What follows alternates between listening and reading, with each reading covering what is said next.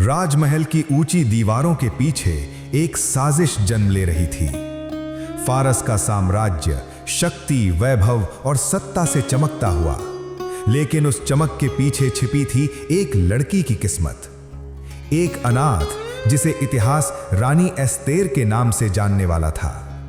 जब पूरे राष्ट्र के विनाश का फरमान जारी हुआ, जब मौत की तारीख तय हो चुकी थी, तब एक निर्णय सब कुछ बदल सकता था। राजा के सामने बिना बुलाए जाना या चुप रहकर अपने लोगों को मरते देखना। उसने डर नहीं चुना, उसने साहस चुना। यह सिर्फ एक रानी की कहानी नहीं, यह विश्वास की वो जंग है जिसने मौत के दिन को त्योहार में बदल दिया। एस्तर, एक निर्णय जिसने इतिहास बदल दिया। राजमहल की ऊंची दीवारों के भीतर उस रात अजीब सा सन्नाटा था। फारस का विशाल साम्राज्य अपने वैभव और शक्ति के लिए दूर दूर तक जाना जाता था, लेकिन उस शाही चमक के पीछे कई अनकही कहानियां भी छिपी थीं। उसी साम्राज्य में एक साधारण सी यहूदी लड़की रहती थी, एस्तेर। उसका असली नाम हदस्सा था, लेकिन दुनिया अभी उसके भाग्य से अनजान थी। बचपन में ही माता पिता को खो देने के बाद उसके चाचा मोर्दकै ने उसे पाला था। मोर्दकै ने हमेशा उसे सिखाया था कि चाहे हालात कैसे भी हों, विश्वास और धैर्य कभी मत छोड़ना। एस्तेर शांत स्वभाव की थी, लेकिन उसकी आंखों में एक ऐसी गहराई थी जो किसी भी तूफान का सामना कर सकती थी। उसी समय फारस के राजा अहश्वेरोश ने पूरे साम्राज्य में एक भव्य उत्सव रखा। महीनों तक चलने वाले इस उत्सव में ताकत, दौलत और सत्ता का प्रदर्शन किया गया। शराब और संगीत से भरे उस माहौल में राजा को अपनी रानी वश्ती पर गर्व था, लेकिन एक रात जब राजा ने नशे में अपने मंत्रियों के सामने रानी को बुलाने का आदेश दिया, तो वश्ती ने आने से मना कर दिया। यह इनकार पूरे दरबार में बिजली की तरह फैल गया। मंत्रियों ने इसे राजा की बेइज्जती बताया और सलाह दी कि वश्ती को रानी के पद से हटा दिया जाए, ताकि बाकी औरतें भी ऐसा साहस न करें। राजा ने गुस्से में आकर वही किया। महल की कहानी ने अचानक नया मोड़ ले लिया। अब साम्राज्य को नई रानी की तलाश थी। राज्य के हर कोने से सुंदर युवतियों को महल में लाया जाने लगा। यह एक भव्य चयन था, जिसमें सुंदरता, शिष्टाचार और आकर्षण सब कुछ परखा जाना था। मोर्दकै ने एस्थेर को भी इसमें भाग लेने के लिए समझाया। एस्थेर को डर था, वह राजमहल की राजनीति से अनजान थी, लेकिन मोर्दकै ने कहा, कभी कभी ईश्वर हमें वहां ले जाता है जहां हम खुद जाने की हिम्मत नहीं करते। एस्थेर महल पहुंच गई, लेकिन उसने अपनी यहूदी पहचान किसी को नहीं बताई, जैसा कि मोर्दकै ने सलाह दी थी। महल में महीनों तक तैयारियां चलती रहीं। सुगंधित तेल, शाही वस्त्र, नियम और अनुशासन, सब कुछ नया था। दूसरी लड़कियां प्रतिस्पर्धा में लगी थीं, लेकिन एस्थेर चुपचाप सब देखती और सीखती रही। उसकी विनम्रता और सादगी ने महल के अधिकारी हेगे को प्रभावित किया, जिसने उसके लिए खास ध्यान रखना शुरू किया। हर रात कोई ना कोई लड़की राजा के सामने प्रस्तुत की जाती और अगली सुबह उसका भाग्य तय होता। एस्थेर की बारी जब आई तो वह डर और विश्वास दोनों के साथ राजा के सामने गई। राजा ने जैसे ही उसे देखा, उसकी नजर ठहर गई। एस्थेर में कुछ अलग था, केवल सुंदरता नहीं बल्कि एक शांत शक्ति। राजा ने उसे बाकी सभी से अधिक पसंद किया और उसे नई रानी घोषित कर दिया। पूरे साम्राज्य में उत्सव मनाया गया, लेकिन एस्थेर के दिल में एक सवाल था, क्या यह सिर्फ भाग्य है या इसके पीछे कोई बड़ा उद्देश्य छिपा है? मोर्दकै अक्सर महल के दरवाजे पर बैठा रहता ताकि एस्थेर की खबर ले सके। एक दिन उसने 2 शाही अधिकारियों को राजा के खिलाफ साजिश करते हुए सुना। वे राजा को मारना चाहते थे। मोर्दकै ने तुरंत यह बात एस्थेर तक पहुंचाई और एस्थेर ने राजा को खबर दी, लेकिन उसका नाम लेने के बजाय मोर्दकै का नाम बताया। जांच हुई, साजिश सच निकली और दोनों अधिकारियों को सजा दी गई। यह घटना शाही रिकॉर्ड में लिख दी गई, लेकिन उस समय किसी ने मोर्दकै को कोई बड़ा सम्मान नहीं दिया। कहानी आगे बढ़ती रही जैसे यह एक छोटा सा पल था, लेकिन किस्मत इसे भूलने वाली नहीं थी। इसी बीच दरबार में एक नया व्यक्ति उभरा, हामान। राजा ने उसे ऊंचा पद दिया और सभी को आदेश दिया गया कि जब भी हामान निकले, लोग झुककर उसे सम्मान दें। सब झुकते थे, लेकिन मोर्दकै नहीं। उसने कहा, मैं केवल अपने परमेश्वर के सामने झुकता हूं। यह बात हामान के अहंकार को चुभ गई। उसका गुस्सा केवल मोर्दकै तक सीमित नहीं रहा। उसने पूरे यहूदी समुदाय के खिलाफ बदला लेने की योजना बना ली। हामान ने राजा को चालाकी से समझाया कि साम्राज्य में एक ऐसा समूह है जो राजा ज्ञान नहीं मानता और उन्हें खत्म कर देना चाहिए। उसने राजा से आदेश लिखवा लिया। एक दिन तय किया गया जब पूरे साम्राज्य में यहूदियों का विनाश किया जाना था।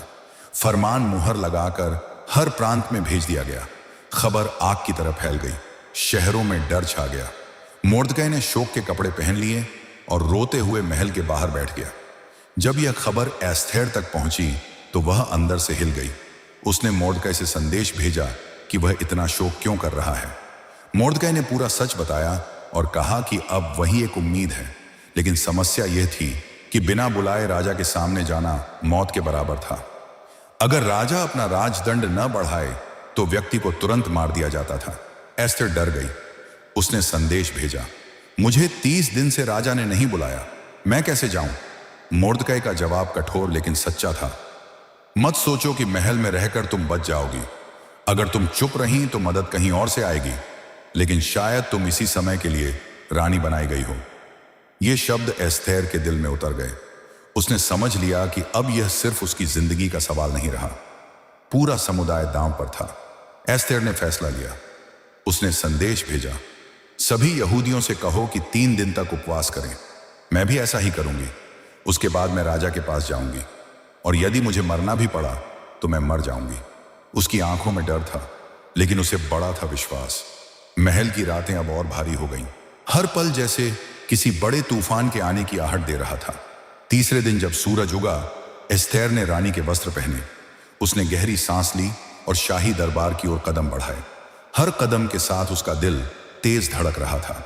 दरबार के विशाल द्वार खुले और सबकी निगाहें उस पर टिक गईं। वह बिना बुलाए राजा के सामने खड़ी थी। एक ऐसा कदम जो उसके जीवन का अंत भी बन सकता था या पूरी कहानी को बदल सकता था। और उसी पल राजा की नजर उस पर पड़ी। कमरे में जैसे समय रुक गया। एस्थेर खड़ी थी अपने भाग्य के सबसे निर्णायक क्षण में, और अगला पल तय करने वाला था कि इतिहास उसे कैसे याद रखेगा। दरबार के विशाल कक्ष में सन्नाटा छा गया था। रानी एस्थेर राजसी वस्त्रों में खड़ी थी, लेकिन उसके भीतर तूफान चल रहा था। बिना बुलाए राजा के सामने आना मौत को निमंत्रण देने जैसा था। हर दरबारी की सांस जैसे थम गई थी। क्या राजा क्रोधित होगा? क्या रानी की यही अंतिम घड़ी है? कुछ पल ऐसे बीते जैसे समय रुक गया हो। फिर अचानक राजा के चेहरे पर कठोरता की जगह कोमलता आ गई। उसने अपने हाथ में पकड़ा स्वर्ण राजदंड एस्थेर की ओर बढ़ा दिया। राहत की लहर एस्थेर के भीतर दौड़ गई। वह आगे बढ़ी और दंड को छूकर सम्मान प्रकट किया। उसकी जान बच चुकी थी, लेकिन असली परीक्षा अब शुरू होने वाली थी। राजा ने मुस्कुराकर पूछा, रानी एस्थेर, तुम्हारी क्या इच्छा है? आधा राज्य भी मांगोगी तो दे दिया जाएगा। दरबार में सबकी निगाहें उसी पर थीं। यह मौका था सच कह देने का। लेकिन एस्थेर ने अपने दिल की धड़कनों को काबू में रखते हुए शांति से कहा, महाराज, यदि आपको उचित लगे तो आज आप और हामान मेरे द्वारा तैयार किए गए एक भोज में पधारें। राजा ने तुरंत सहमति दे दी। हामान, जो वहीं मौजूद था, अपने आप को और भी सम्मानित महसूस करने लगा। उसे लगा कि रानी ने विशेष रूप से उसे बुलाकर उसकी शक्ति को स्वीकार किया है। उस शाम महल में भव्य भोज तैयार हुआ। सुनहरे दीपक, महकते व्यंजन और धीमा संगीत, सब कुछ शाही था। राजा प्रसन्न था और हामान गर्व से भरा बैठा था। भोज के दौरान राजा ने फिर पूछा, रानी, अब तो बताओ, तुम्हारी इच्छा क्या है? एस्थेर ने शांत स्वर में कहा, महाराज, यदि आप कृपा करें तो कल फिर एक भोज में आए, तब मैं अपनी बात कहूंगी। राजा ने हंसते हुए हामी भर दी। हामान और भी खुश हो गया। उसे लगा कि अब वह दरबार में सबसे विशेष व्यक्ति बन चुका है। भोज खत्म होने के बाद हामान महल से बाहर निकला। उसका सीना गर्व से चौड़ा था, लेकिन जैसे ही उसकी नजर महल के द्वार पर बैठे मोर्दकै पर पड़ी, उसका चेहरा गुस्से से लाल हो गया। मोर्दकै ने फिर उसकी ओर झुककर प्रणाम नहीं किया। हामान के भीतर की आग भड़क उठी। घर पहुंचते ही उसने अपनी पत्नी और मित्रों को बुलाया और घमंड से अपनी शक्ति, धन और सम्मान की बातें करने लगा। लेकिन अंत में उसने दांत भींचकर कहा, जब तक वह मोर्दकै जीवित है मुझे कोई खुशी नहीं। उसकी पत्नी ने सलाह दी, 50 हाथ ऊंचा फांसी का खंभा बनवाओ और सुबह राजा से कहकर मोर्दकै को उसी पर लटका दो। यह विचार हामान को पसंद आया। उसी रात उसने खंभा तैयार करने का आदेश दे दिया। उसी रात जब महल सो रहा था, राजा की नींद अचानक टूट गई। नींद न आने पर उसने आदेश दिया कि राज्य के इतिहास की किताब पढ़कर सुनाई जाए। सेवक किताब लाए और पढ़ने लगे। संयोग से वही घटना सामने आई जिसमें मोर्दकै ने राजा की जान बचाई थी। राजा ने चौंक कर पूछा, इसके लिए मोर्दकै को क्या सम्मान दिया गया? सेवकों ने जवाब दिया, कुछ भी नहीं महाराज। राजा सोच में पड़ गया। उसे लगा कि यह अन्याय है। सुबह होते ही हामान दरबार में पहुंचा। वह मोर्दकै को फांसी देने की अनुमति मांगने आया था, लेकिन राजा ने पहले ही उसे बुला लिया और पूछा, अगर राजा किसी व्यक्ति को विशेष सम्मान देना चाहे तो क्या किया जाए? हामान ने सोचा कि यह सम्मान निश्चित ही उसे मिलने वाला है। उसने गर्व से कहा, ऐसे व्यक्ति को राजा के वस्त्र पहनाए जाए, उसे शाही घोड़े पर बिठाकर पूरे नगर में घुमाया जाए और घोषणा की जाए कि राजा जिसे सम्मान देना चाहता है उसे ऐसा सम्मान मिलता है। राजा मुस्कुराया और बोला, बहुत अच्छा, तुरंत यही सब मोर्दकै के लिए करो। हामान का चेहरा पीला पड़ गया। उसकी आवाज जैसे खो गई, लेकिन राजा का आदेश टाला नहीं जा सकता था। मजबूरी में उसे मोर्दकै को शाही वस्त्र पहनाने पड़े। उसे घोड़े पर बैठाकर नगर में घुमाना पड़ा और ऊंची आवाज में घोषणा करनी पड़ी। लोग यह दृश्य देखकर हैरान थे। वही हामान जो घमंड से भरा रहता था, अब उस व्यक्ति का सम्मान कर रहा था जिससे वह नफरत करता था। मोर्दकै शांत था, जैसे उसे यह सब महत्वहीन लगता हो। उसका विश्वास सत्ता से बड़ा था। उस शाम हामान भारी मन से रानी एस्थेर के दूसरे भोज में पहुंचा। उसके चेहरे पर मुस्कान थी, लेकिन अंदर भय पनप रहा था। भोज शुरू हुआ और कुछ देर बाद राजा ने फिर पूछा, रानी, अब बताओ तुम्हारी इच्छा क्या है? इस बार एस्थेर ने गहरी सांस ली। उसकी आवाज हल्की कांपी, लेकिन शब्द स्पष्ट थे। महाराज, यदि मुझ पर कृपा हो तो मेरी और मेरे लोगों की जान बख्श दी जाए, क्योंकि हमें नष्ट करने का आदेश दिया गया है। राजा का चेहरा बदल गया। उसने गुस्से से पूछा, कौन है वह जिसने ऐसा करने की हिम्मत की? एस्थेर ने सीधे हामान की ओर देखा और कहा, वही हमारा शत्रु है, यह दुष्ट हामान। कमरे में अचानक सन्नाटा छा गया। हामान का शरीर कांपने लगा। राजा गुस्से में उठकर बाहर चला गया। हामान अब समझ चुका था कि उसका खेल खत्म हो चुका है। वह डर के मारे एस्थेर के पास गिर पड़ा और दया की भीख मांगने लगा। उसी पल राजा वापस लौटा और यह दृश्य देखकर और भड़क गया। तभी एक सेवक ने बताया कि हामान ने मोर्दकै के लिए फांसी का खंभा बनवाया है, उसी मोर्दकै के लिए जिसने राजा की जान बचाई थी। राजा ने क्रोध में आदेश दिया, उसे उसी खंभे पर लटका दो। कुछ ही समय में हामान का अंत हो गया। महल में सत्ता का संतुलन बदल चुका था। राजा ने हामान की सारी संपत्ति एस्थेर को दे दी और मोर्दकै को राजदरबार में ऊंचा पद मिला। लेकिन एक समस्या अभी बाकी थी। वह फरमान जो यहूदियों के विनाश के लिए पहले ही जारी हो चुका था, उसे सीधा रद्द नहीं किया जा सकता था। एस्थेर जानती थी कि लड़ाई अभी खत्म नहीं हुई है। रात को वह महल की खिड़की से बाहर देख रही थी। हवा शांत थी, लेकिन उसके मन में अगली चुनौती की आहट साफ थी। उसने एक बार फिर महसूस किया कि उसका जीवन अब सिर्फ उसका नहीं रहा। भाग्य ने उसे वहीं खड़ा किया था जहां से पूरे इतिहास की दिशा बदल सकती थी। और अब अगला कदम तय करने वाला था कि उसके लोगों का भविष्य क्या होगा। रात का अंधेरा महल की ऊंची खिड़कियों से भीतर उतर रहा था, लेकिन रानी एस्थेर की आंखों में नींद नहीं थी। हामान का अंत हो चुका था, फिर भी उसके दिल का बोझ कम नहीं हुआ था। असली खतरा अभी बाकी था, वह शाही फरमान जिस पर राजा की मुहर लग चुकी थी और जिसके अनुसार एक तय दिन पर पूरे साम्राज्य में यहूदियों को मार डाला जाना था। फारस का कानून ऐसा था कि एक बार जारी किए गए शाही आदेश को वापस नहीं लिया जा सकता था। इसका मतलब था कि हामान मर गया था, लेकिन उसकी बनाई हुई आग अभी भी जल रही थी। सुबह होते ही एस्थेर ने फिर साहस जुटाया और राजा के सामने पहुंची। इस बार वह केवल रानी नहीं थी, वह अपने लोगों की आखिरी उम्मीद थी। वह राजा के पैरों के पास झुक गई और आंसुओं से भरी आवाज में बोली, महाराज, कृपा करके वह आदेश बदल दीजिए जिससे मेरे लोगों का विनाश होने वाला है। राजा ने उसे उठाया, लेकिन उसके चेहरे पर असहायता साफ थी। उसने कहा, एस्थेर, जो आदेश मेरे नाम और मुहर से निकल चुका है उसे बदला नहीं जा सकता, लेकिन एक नया आदेश लिखा जा सकता है। यह सुनते ही एस्थेर और मोर्दकै समझ गए कि रास्ता अभी भी खुला है। राजा ने अपनी मुहर वाली अंगूठी जो पहले हामान के पास थी अब मोर्दकै को दे दी। यह केवल सम्मान नहीं था, यह शक्ति थी। मोर्दकै अब साम्राज्य के सबसे प्रभावशाली लोगों में से एक बन चुका था।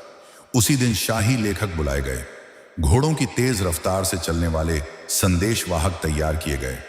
एक नया फरमान लिखा गया, यहूदियों को अपने बचाव का अधिकार दिया गया। अगर कोई उन पर हमला करे तो वे एकजुट होकर अपनी रक्षा कर सकते थे। संदेश पूरे साम्राज्य में भेजे गए, भारत से लेकर इथियोपिया तक फैले 137 प्रांतों में। जहां पहले डर था, अब उम्मीद की हल्की किरण दिखाई देने लगी।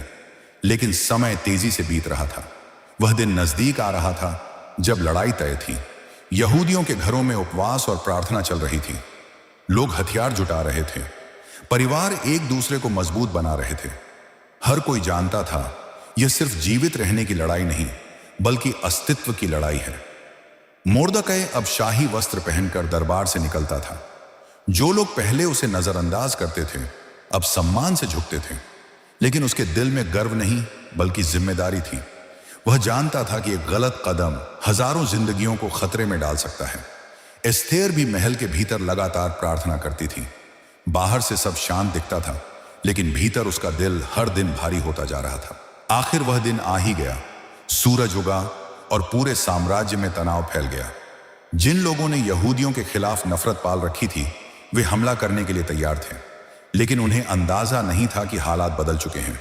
यहूदी अब कमजोर नहीं थे, वे संगठित थे और उन्हें कानूनी अधिकार भी मिल चुका था। जैसे ही हमले शुरू हुए, शहर शहर लड़ाइयां छिड़ गईं। राजधानी शूषण में संघर्ष सबसे तीव्र था। गलियों में शोर था, तलवारों की टकराहट गूंज रही थी। यहूदियों ने एकजुट होकर अपने परिवारों और घरों की रक्षा की। उनका आत्मविश्वास इस बात से भी बढ़ गया था कि मोर्दकै अब राजा के सबसे करीबी सलाहकारों में था। कई लोग जो पहले उनके विरोधी थे, अब डर के कारण उनके खिलाफ खड़े होने की हिम्मत नहीं कर पाए। दिन के अंत तक हालात पूरी तरह बदल चुके थे। जिन लोगों ने यहूदियों को कमजोर समझा था, वे हार गए। शूषण में हामान के 10 बेटे भी मारे गए। खबर महल तक पहुंची। राजा ने एस्थेर से पूछा, रानी, और क्या चाहती हो? एस्थेर ने सावधानी से कहा, महाराज, यदि अनुमति हो तो शूषण में एक दिन और यहूदियों को अपने बचाव का अवसर दिया जाए, ताकि खतरा पूरी तरह समाप्त हो सके। राजा ने अनुमति दे दी। दूसरे दिन भी संघर्ष हुआ, लेकिन अब जीत साफ नजर आ रही थी। जब सब समाप्त हुआ तो पूरे साम्राज्य में एक अलग ही माहौल था। जहां पहले शोक और डर था, अब राहत और खुशी थी। लोग एक दूसरे को गले लगा रहे थे, भोजन बांट रहे थे। यह सिर्फ जीत नहीं थी, यह चमत्कार जैसा था। कुछ ही समय पहले वे विनाश के कगार पर थे और अब जीवित थे। मोर्दकै और एस्थेर ने मिलकर एक नया निर्णय लिया।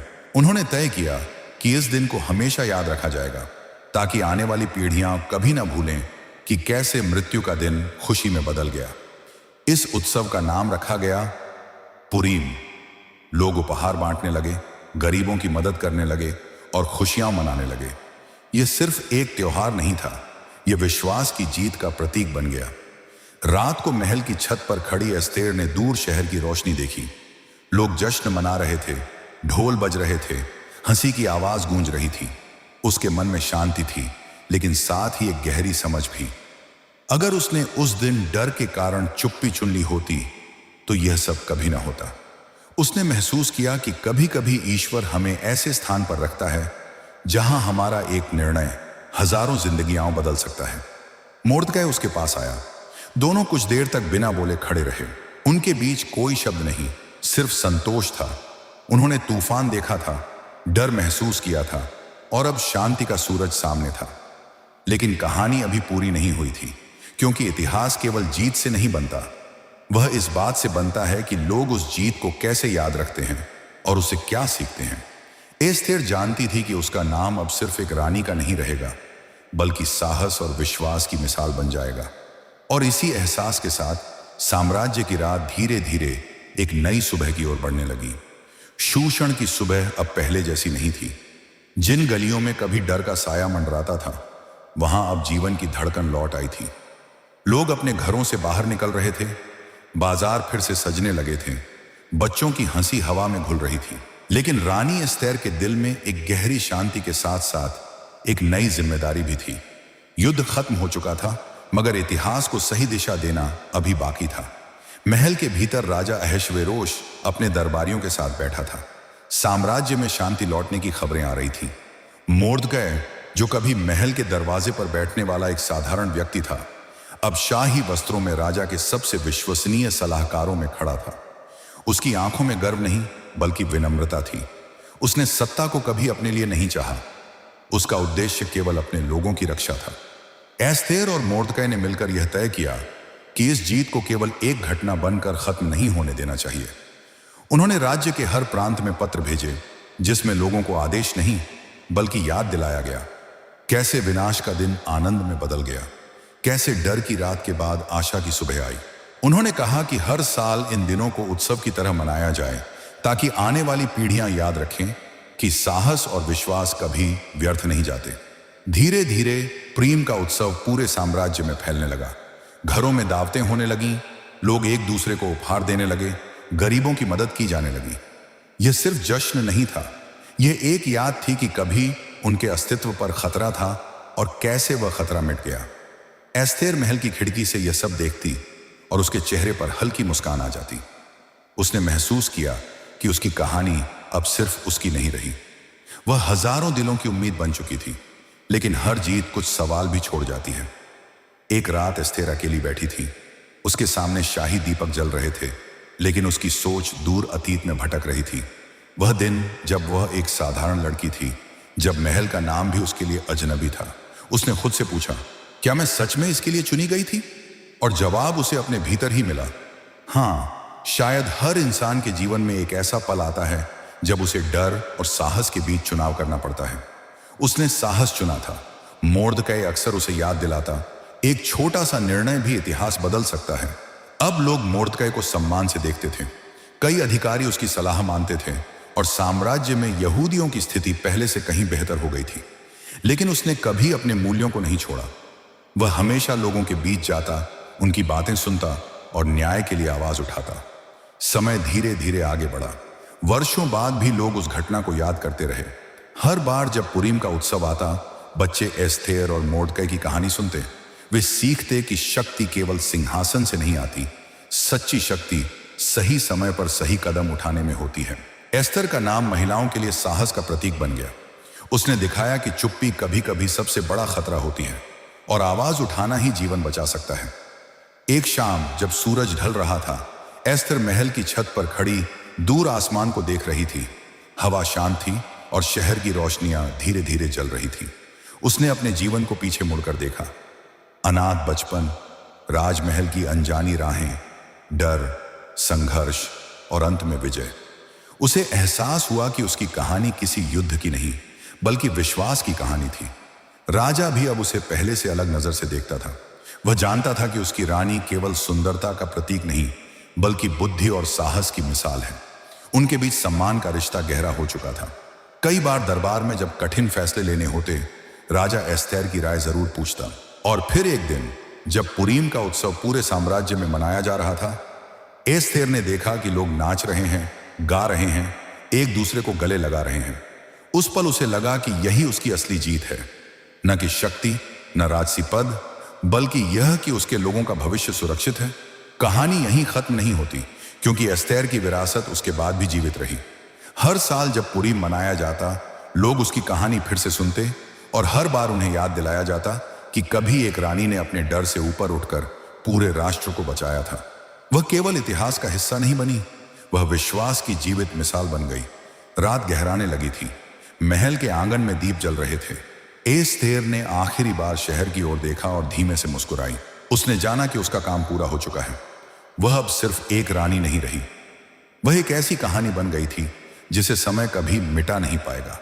और इसी तरह एक साधारण लड़की की कहानी जिसने सही समय पर साहस चुना, सदियों तक सुनाई जाने वाली दास्तान बन गई।